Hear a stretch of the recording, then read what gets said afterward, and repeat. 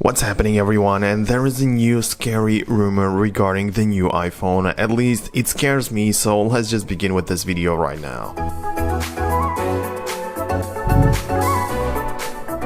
Okay, so let's just get to the point right now, and the point is that according to the latest rumors, this year's iPhone, which will most likely be called iPhone 11, will no longer feature a 3D touch. Well, this is something that I just don't like to see because I really enjoy using the 3D touch. I really like the way it just enhances the functionality, and that's why I think that it's kind of shame that it has to go. But what exactly is the reason for it? First thing that I have to make clear is that last year, if you remember, there were 3 models of iPhones released: the iPhone XS, XS Max, and of course the iPhone XR, which was the cheap alternative, and that one didn't have the 3D touch.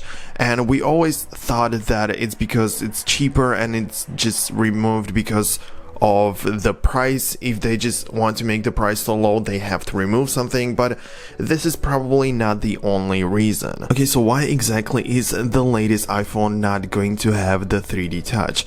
Obviously we don't know for sure, since all of this are just rumors and we just can't be 100% sure that this is exactly the truth, but there are some rumors and there is some information to back it up. So maybe it's because they are trying to implement the fingerprint sensor right into the display, and that is a lot easier when you don't have the 3D touch display. It means that if the digitizer, if the actual screen of the iPhone doesn't have another layer of the 3D touch functionality, it's just gonna be definitely easier for them, for the manufacturers, to also implement the fingerprint sensor, which will be implemented right into the screen. So, like there are some phones out there that already have it, but those devices definitely don't have like a pressure sensitive display like this one with the 3D touch. Those are just plain LCDs or perhaps some OLED displays which have that implemented. So perhaps Apple wanted to try it out if this kind of setup of an iPhone still works.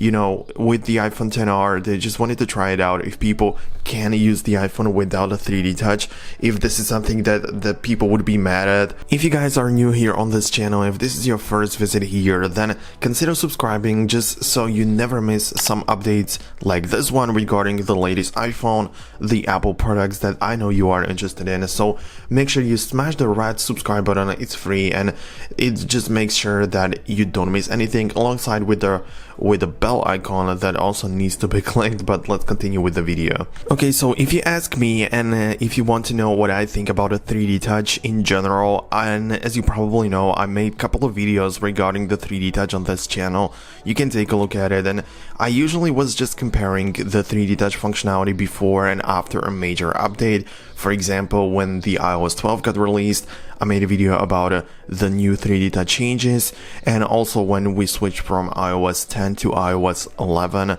And I have to say that I really enjoy using 3D touch. It's a great way, and it's a great way to use an iPhone. I think that it's definitely something that I like. Remember, with the release of the iPhone 6s, it was such a big deal, and people were arguing about it if it's a gimmick or not, but I think it's definitely not a gimmick, and I think it is a useful feature. But on the other hand, having in-display fingerprint sensor like a Touch ID right into the display, well, this is another story, and I think that this is also something to consider, because that would be a really great thing.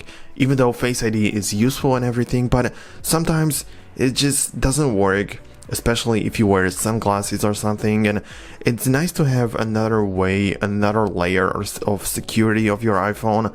So I guess that having the Touch ID is a great thing, but I also consider the 3D touch to be very good. But I also have to say that the 3D touch is also a feature that you can live without. It doesn't provide you with anything that you wouldn't be able to do without it. It's just a different way of doing or triggering some actions. For example, if you want to open up the Bluetooth section in the settings, you can either open up the settings and click on Bluetooth, which are 2 clicks, or one force press and swipe up to get to the Bluetooth section. So I guess that you would be able to do everything what you can do right now with the 3D touch, even without it. So there are also some other things like peek and pop, which can be replaced by long pressing. If you, for example, have an iPhone 6 and you open up the Instagram app, if you want to peek and pop at some sort of photo, you can just hold it and it just does the very same effect. So I want to say thank you so much for watching. I really hope you enjoyed this video, and now it is your turn. Let me know down below in the comments what you think about the 3D touch.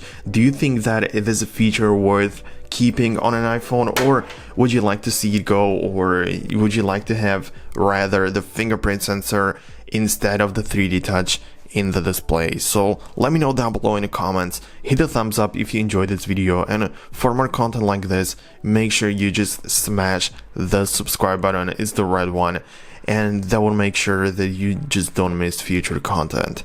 Have a nice day and see you guys in the next videos.